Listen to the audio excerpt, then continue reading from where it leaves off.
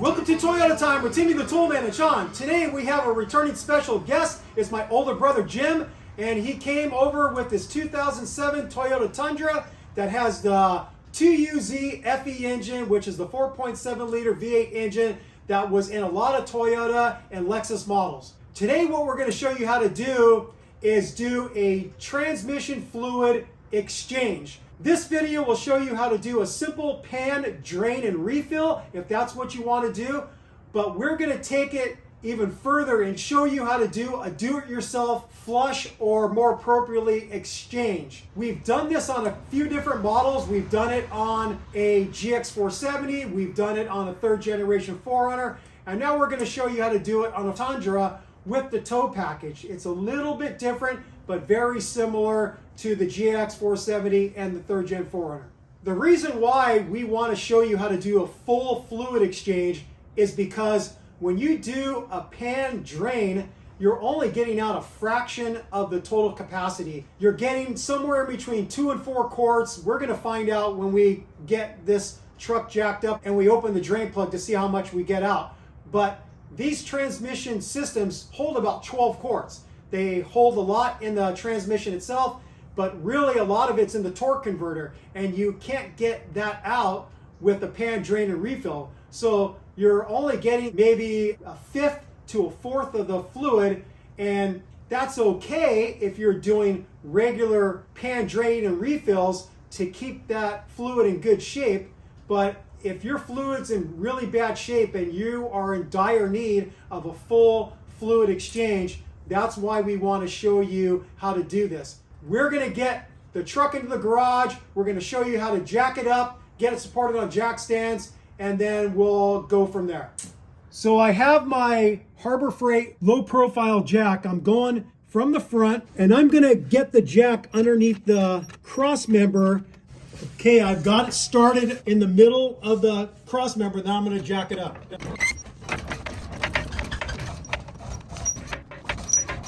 Okay, I have it up fairly high. Now I'm going to get my 6-ton jack stands and get them underneath the frame rails on each side. You can see where I have the jack stand. This is on the driver's side, and I have another jack stand mirroring this jack stand on the passenger side. So I'm going to slowly lower the jack and settle the truck onto the jack stands, which will give me plenty of room to work underneath the truck. Once you get the vehicle lowered onto the jack stands, you're going to want to go to each jack stand and just make sure that it looks like it's really solid on the frame, and then you can remove your hydraulic jack out of the way and safely work underneath the vehicle. So this is your skid plate right here, and then you see this plastic part of the bumper. Normally there would be 3 clips that hold the plastic part of the bumper to the skid plate, but on my brother's truck, they're missing. They're not there, so I can't show you that part of it. There's 5 12mm bolts that hold the skid plate to the frame. There's 2 on the front, 1 through this hole on the driver's side, and then if you come over here, there's another hole on the passenger side. If you go further back, there's a bolt through this access hole right here on the driver's side. If you go to the center in the rear, there's another one right through here, and then on the passenger side, there's another one through here. I'm going to use my 1/4-inch DeWalt impact to zip them out. If you didn't have an impact gun, you can certainly just do it with a regular ratchet and extension. But since I own an impact gun, it's going to make it a lot quicker for me to zip them out.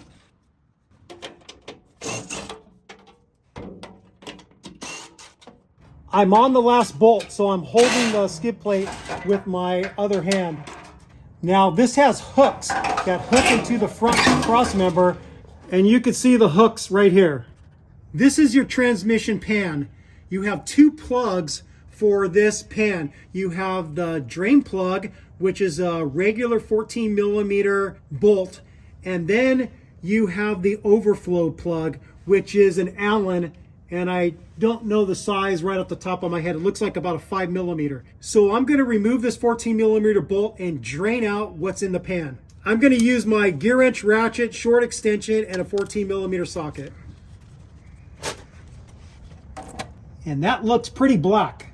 I don't think this has been changed in a while. The pan is pretty much done draining. You want to use a new drain plug washer. It's a crush washer.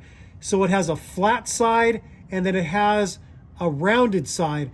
The rounded side is the side that crushes down, and that side faces the transmission pan. The flat side faces the head of the bolt. And so I'm just going to get this back in there, wipe off the excess around the head of the bolt, and then it's now hand tight. The torque spec for this is 15 foot-pounds. I'm just going to go by feel with my 3/8 ratchet extension and 14 millimeter socket. You can see I'm choking up on this ratchet. I'm not using all of the mechanical advantage this has because it's a lighter torque spec. You don't accidentally strip it, and that feels good to me right there. Looking at our 18-quart container, it looks like we drained out probably somewhere around 3 1/4 quarts. There's the 3-quart mark right there, and it's a little bit above. It's not quite halfway, so it looks to be about 3 1/4, 3 1/3. You can tell by the color of the fluid that this thing hasn't seen a fluid renewal for quite a while. It shouldn't be that black. Black transmission fluid is not necessarily a great sign. When it's brand new, it's pink, and then after it's been used for a while, it turns a little more reddish, and then the next progression is brown, and then it's black. This fluid's pretty old, just based off the color. Because this transmission is one of those sealed transmissions, there's no dipstick in the engine compartment that you can put a funnel into and fill it from the engine compartment. You have to pump the transmission fluid in from underneath the vehicle via a fill plug on the passenger side of the transmission. It's towards the back at the tail housing. So to fill the transmission, I'm going to use this Motive Power Fill pump, and it's just like one of those pumps you would use to spray your lawn for weeds or whatever, insecticide. It's a similar thing. You fill it up with WS fluid from Toyota, and then one extra thing that I did is I made graduated marks to know where the quart levels are. I filled in 5 quarts, but then when I put the plunger assembly in there, it raised it up. So it's not an exact science. I'm just going to eyeball it and get in via this pump to what I feel is right around 3 1/4 quarts. So once I add in the 3 1/4 quarts I drained out, topping off the pan, then we'll start the fluid exchange procedure.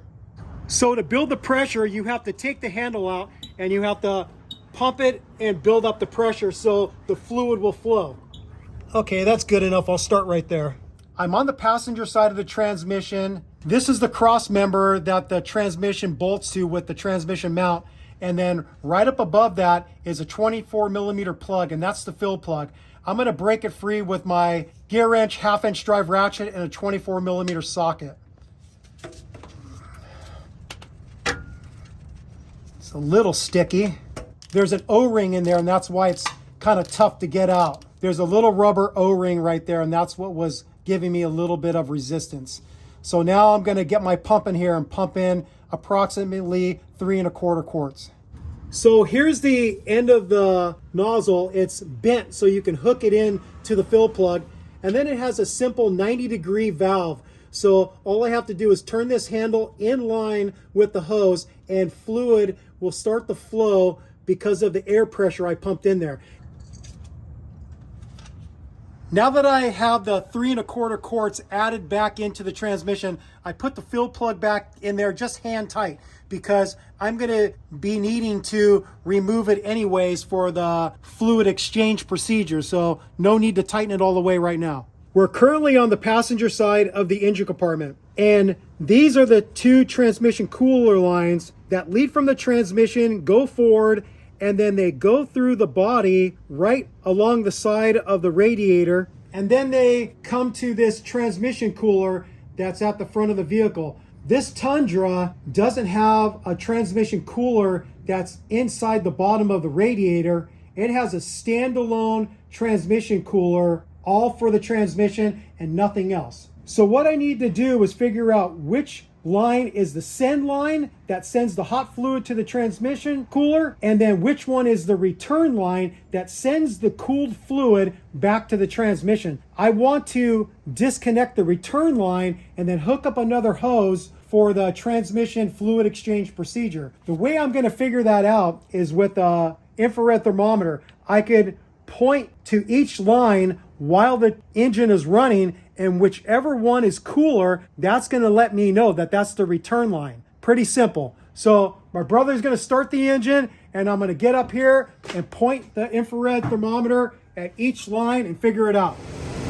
We have to let it warm up a little bit because right now there's probably not going to be that great of a difference in temperature between the lines. If I point the infrared thermometer at the top line, which is labeled with a pink paint mark, that one's coming in at about 94 degrees. If I go to the one below it marked with a blue paint mark, that's coming in at 107. That tells me that the upper line is the return line, and that's the line I'm going to disconnect for the fluid exchange procedure we're going to show you how to do. I've got my bent nose needle nose pliers. I'm going to compress the constant tension clamp and slide it back on the hose. Okay, that's past the nipple. I'll give it a little twist. It's not going. I'm going to grab my hose pliers and break it free. I've got my hose pliers. I'm going to grab the hose and twist it. Okay, now it's broken free. Should be able to slide this off. And of course, transmission fluid is going to come out, so I have to be ready with both my hoses. I'm going to plug off this one with a silicone plug, and then I'm going to hook up my hose for the fluid exchange procedure to the metal nipple that goes to the cooler. All right, here we go. It's going to have to be quick, and I'm going to make somewhat of a mess. I know it. I'm going to put a rag like right here. I'm going to pull the return line off and get this hose that I have running down to the ground in its place. Oh, not a mess. Nice. Okay, we're all hooked up. I've got the return line blocked off with a silicone plug, and then I have my long hose that's going to run down to our catch container going down below. One additional thing that I thought would be smart to do, in case the method of determining which was the return line, which was the send line was wrong, what I got here is inside here there's a double male barb, and I connected the line that we disconnected from the transmission cooler, and I hooked it up to another hose that goes below the vehicle, just like this one's going below. When we start the engine, we're hoping that no fluid is going to come out of this line we disconnected. The fluid is going to come out of the hose we connected up to the nipple on the transmission cooler. And so this is just a preventative thing. In case we got it wrong, we're not going to be sending a bunch of fluid into the engine compartment and make a huge mess. My brother's going to start the engine, and we're going to confirm that we've got it connected right. The shorter one is the one that I connected with the double male connector, and the longer one is the one that's connected up to the nipple on the transmission cooler. So I'm hoping to see the fluid come out of the longer one, not the shorter one, if we got it right. Okay, go ahead and start it. All right. Stop. We got it wrong. So our method with the infrared thermometer threw us off. It was not accurate, and I don't really understand why, because it's worked before. But the upper line is marked with a pink paint mark. That's clearly the send line. And then the bottom line, which is labeled with a blue paint mark, is the return line. So we finally figured that out. I have this plugged off with the silicone plug, and I have the long hose connected to the nipple of the transmission cooler and directed downward into my 18-quart catch container. So the graduated level marks on this 18-quart container start at the number 2. I prefer to only drain out 1 quart at a time for this fluid exchange procedure, but for the first round, I'm going to let the transmission run till the level gets to the 2-quart mark, and then I'm going to have my brother shut off the engine. So Jimmy, get in the vehicle or be there where you can turn it off like right away. As soon as I say turn it off, turn it off. Go ahead. Stop.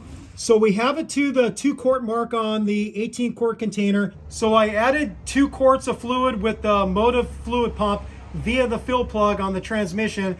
And then now I'm going to have my brother start the engine again. But this time I'm only going to have him drain out 1 quart of fluid, and then he's gonna stop the engine, and I'm gonna go back underneath the truck, and I'm gonna fill in 1 quart. And we're gonna continue to do that until we've moved 12 quarts through the system. Stop. And one thing you probably want to do is stop a little bit before you actually reach that next quart level mark, because fluid is still going to drain out of that hose. So to get a more accurate amount out and an accurate amount added back in, have the person helping you stop a little shy of the level mark. So when it stops draining, you'll get to about 1 quart exactly. You should understand the procedure now. It's not that difficult. And some people in the past have said, why don't you drain out more at a time? How about 4 quarts? How about 6 quarts? I don't like doing that. I want to err on the side of safety, and I feel comfortable draining out 1 quart at a time and then adding a quart back in. I don't want the transmission at any amount of time running low on fluid. And I think going for like 4 quarts is a little bit excessive and probably not the safest thing to do. So that's my opinion. Do whatever you feel comfortable with. So we're gonna get 12 quarts exchanged and then we'll come back. So we've drained out 8 quarts with the fluid exchange procedure into this 18 quart container. And then remember, we started off by draining out about 3 1/4 quarts, and we replaced 3 1/4 quarts. We've effectively exchanged 11 quarts right now. We're going to do 1 more and bring the fluid level up to the 9 quart mark. What I'm going to do is I'm going to be looking at the fluid coming out of the end of the tube, and I'm hoping to see that it's looking more like brand new fluid instead of dirty fluid. In a perfect world, I probably would have got a couple extra quarts, because now I'm remembering in the past when I did this on other transmissions, I think I ended up running a 13th, maybe a 14th quart through the system. But regardless, my brother's transmission is going to be looking a lot better than it was by running 12 quarts through the system. So go ahead, Jimmy, start it up. That's looking pretty clean. That's looking nice and pink or red. I'm pretty happy with that. Okay, go ahead, stop. For this last quart I'm going to add into the transmission, I'm going to purposely add a little bit more than 1 quart, because from experience doing this job, I know that we weren't getting an exact exchange. 1 quart drained out, 1 quart added in. It might be skewed one way or the other, a little bit overfilled, a little bit underfilled. And what I'm trying to prevent, if it's a little bit underfilled by adding in a little bit more than 1 quart, is when we get to the fluid level check procedure and I unscrew the overflow plug, I'm hoping by adding a little bit of extra fluid, I'm going to get the overflow to be trickling out rather than finding I'm underfilled and then I have to add more fluid in to dial in the level. So I'm just purposely overfilling it a little bit to shorten the time it takes to get the fluid level correct. We're done with the fluid exchange procedure. Now I'm going to reconnect the return line to the transmission cooler nipple. I'm going to pull off my hose, take my silicone plug out and reconnect this hose. Then I'll just get my bent nose needle nose pliers, compress the clamp and get it in place. There it is. Now that we're done with the transmission fluid exchange procedure, I'm going to get the front skid plate back connected to the vehicle with the 5 bolts. All right, we have the vehicle back down on all 4 tires. Currently, where it's sitting, it's not completely level, so I'm going to have my brother drive the truck further into the garage to get it on level surface, because you're not going to get an accurate reading unless you're on level surface. On any automotive fluid, you check it on level ground. If you're not on level ground, you're not getting an accurate level reading. Because this Tundra has the tow package, it has this transmission thermostat. We have to take this out of the equation for the fluid level check procedure. So there's a little plunger here. What the factory service manual says to do is push the plunger in, and then there's a series of holes that go through this nut here on the housing of this thermostat. So I'm going to push in the plunger to where it's past the level of the holes, and then I'm going to fit in this really small Allen wrench. It's a 1.5 millimeter Allen wrench to keep that plunger compressed. I'm going to push it in and then slide it through. It's got to slide through the other side, just like that. So now the plunger is being held back by this 1.5 millimeter Allen wrench. So this is the fluid level check procedure that I downloaded from the Toyota Tech Info website. It starts off by saying before filling the transmission, make sure you use the actual Toyota WS fluid. When it comes to the transmission fill procedure, if you have a trailer towing system, which my brother's Tundra has, it talks about inserting a little pin and compressing that plunger on the thermostat. So we did that, we showed you that.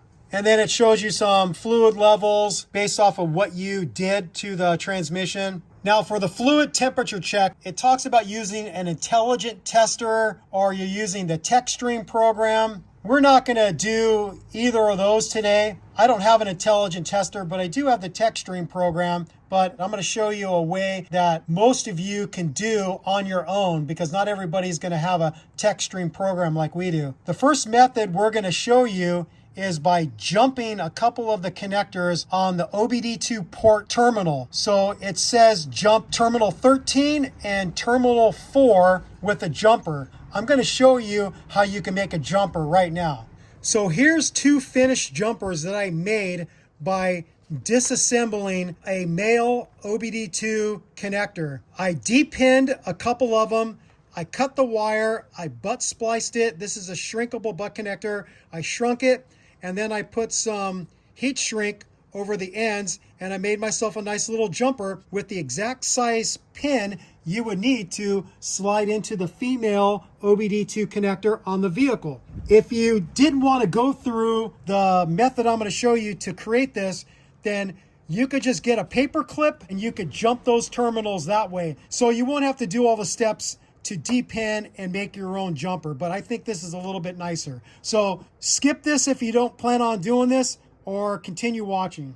Here's a connector that I already depinned, and I have them all free of the plastic connector. If you get the pin in this orientation with the sides of the connector facing up, there's a clip right here that is holding the terminal inside the plastic connector. I'll put a link in the video description of these depinning tools. So to depin this, you have to come in with the skinny tool and you get it in between the little clip here and the housing, and then you could pull the connector free of the plastic terminal. So let's see if I can show you this with some success here.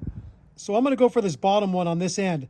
I'm going to force it in there. You have to force it in pretty good. There we go. It slid in, and then I'll be able to pull this out. And that's how you would depin this connector to where you can make yourself a jumper. I have my jumper in the proper connectors. For the top one, if you count from the right going towards the left, it's the 5th pin. And then for the wider side, you count 4 from the right, and that's the correct pin. So they're jumped now, and then now we're going to start the vehicle, and we're going to slowly move the shift lever from park to S. When you shift into the S mode, it starts you off in 4th gear. And then we're going to use the little gear switch thing and go down to 1st, then go all the way back to 5th. And then we're going to put the shift lever in park. Now to get it into the fluid check mode, you're going to shift from drive to neutral with about a 1.5 second delay in between. So drive, neutral, drive, neutral. You do that for 6 seconds, and this will activate the fluid temperature detection mode. And you'll know that you're in that mode when the drive light remains illuminated for 2 seconds and then turns off. The fluid level is supposed to be checked between 97 degrees Fahrenheit and 115 degrees Fahrenheit. The drive light will come back on when it reaches that lower level at 97 degrees, and then it will blink when it hits 115. Once the transmission fluid gets into that sweet spot between 97 and 115 degrees, we're going to get underneath the rig, we're going to open up the overflow plug, and then if fluid starts coming out, that's great. We're going to let it get down to a trickle, and then we're going to close off the plug. If no fluid comes out when we're at the appropriate temperature, then we're going to have to add a little bit more fluid through the fill plug and then do the fluid check procedure again. Okay. So Sean's going to run through the gears. And those blinking lights you see right now, that's because we have it jumped.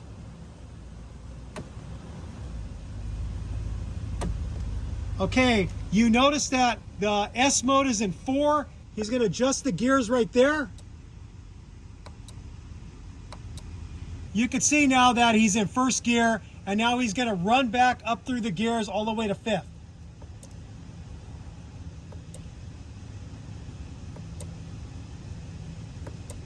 Okay, now he's going to go back up one at a time, slowly moving through the gears back to park.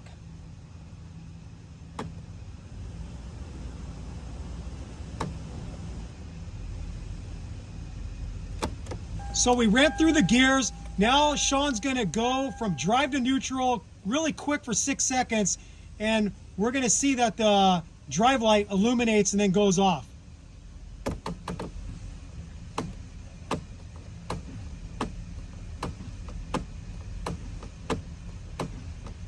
There it goes. Now go all the way into park and then pull the connectors.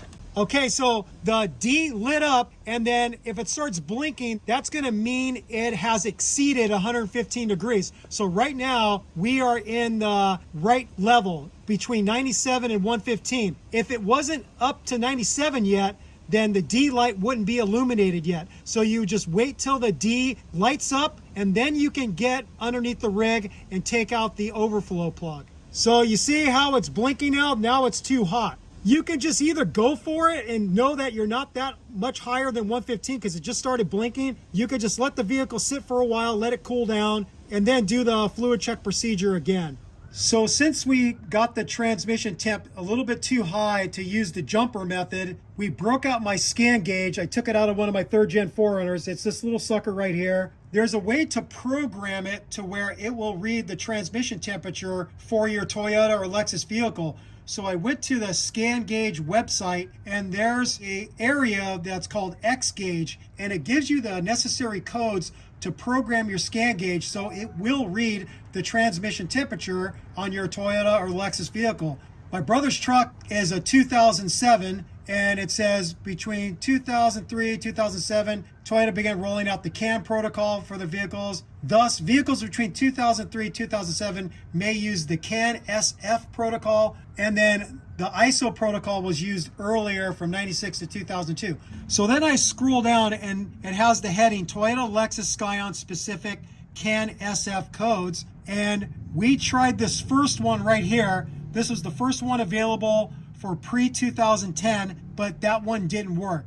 So then we went to the second one, and these codes worked. So they give you a transmit code, receive code, but you input them into your scan gauge, and then you could program it to where you can read the transmission temperature, which is what we did.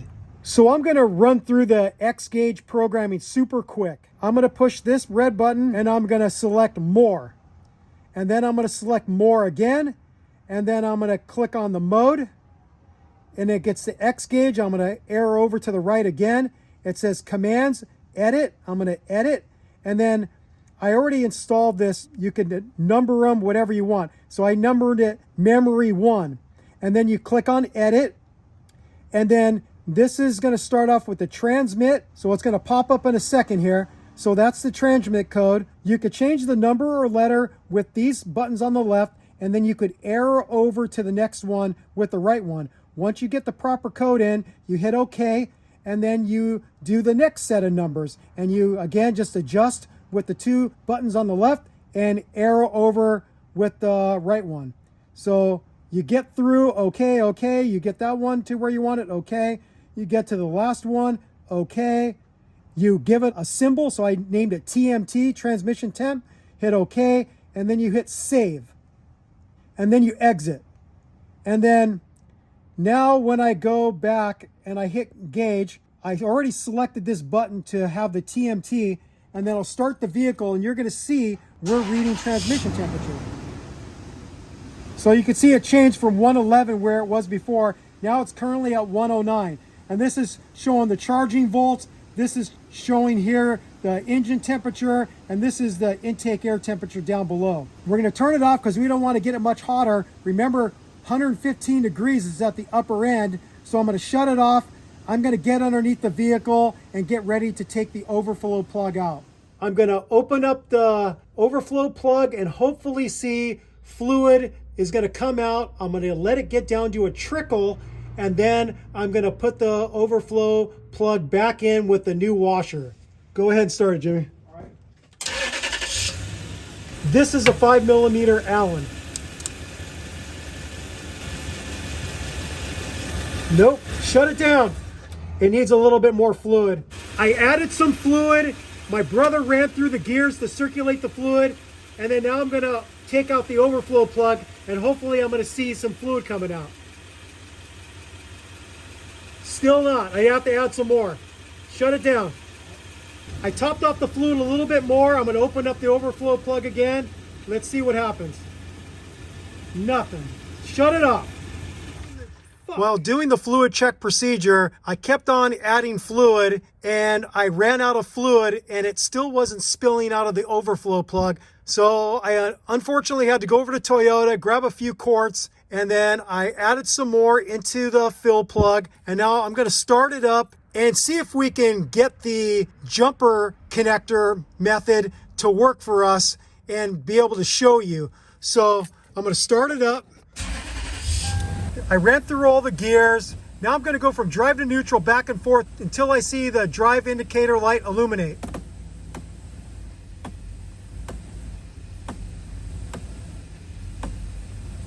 Okay, there it is. So now I'm going to take out my jumper and I'm going to connect up the scan gauge now, and it's showing at 105 degrees. That corresponds with the drive light being lit up. So it's over 97 degrees. That means I can now get underneath the vehicle and open the overflow plug and dial in the level by letting it spill out, get down to a trickle, and then closing it off with a new drain plug gasket. So I'm going to go underneath the vehicle now. I'm going to leave it running.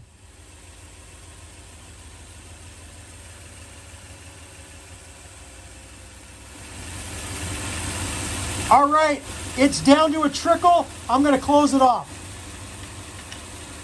Shut it off. So as you saw, it got down to a trickle. I put the overflow plug back in with a new crush washer. The torque spec is 15 foot-pounds, but I just went by feel with my 1/4-inch ratchet and 5mm Allen socket. Now you're going to want to tighten the fill plug now that you're done with the fluid exchange procedure. And the torque spec for that one is 29 foot-pounds. But again, I'm just going to go by feel with my 1/2-inch ratchet and 24mm socket. All right, we are all done with this job. As you saw, doing a transmission pan drain and doing the full fluid exchange for your transmission, it's not really that hard. Because of this video, you now know which transmission cooler line is the return line, so you know which one to disconnect, to hook up your hose, and then be able to properly do the procedure and be able to get the fluid level correct based off what we learned from the Toyota factory service manual pages. And we showed you two different ways to do it. The first way was using the OBD2 terminal jumper and then doing the gear shifting, looking at the drive light and going from there like we showed you. And then we showed you another way you can do it, which is by using some type of tool like the scan gauge that we showed you. And that for me is the preferable way, because I believe everybody that drives an automatic transmission that travels in the mountains or they tow, they should be monitoring their transmission fluid temp some way, because knowledge is power and ignorance is not bliss in this situation. You could be towing or going up a long mountain grade and be totally oblivious that you're cooking your transmission. So monitoring your transmission temp is super important to the health of your transmission. You'll know when it's prudent to pull over and give your transmission and engine a break and then continue on with your trip. With all that said, we thank you for watching Toyota Time with Timmy the Toolman and Sean, and special guest, my older brother Jim. Thank you for watching. Thank you for subscribing. If you haven't subscribed yet, what are you waiting for? Click on that subscribe button and also click on that notification bell if you'd like to be notified when we put up new content on our channel, which we are always putting up very cool and informative content on our channel. So don't miss out. Peace out, happy wrenching, sick mods, and sick automatic transmission fluid exchanges on your Tundra or whatever Toyota and Lexus model you drive, because they're very, very similar. Bye-bye.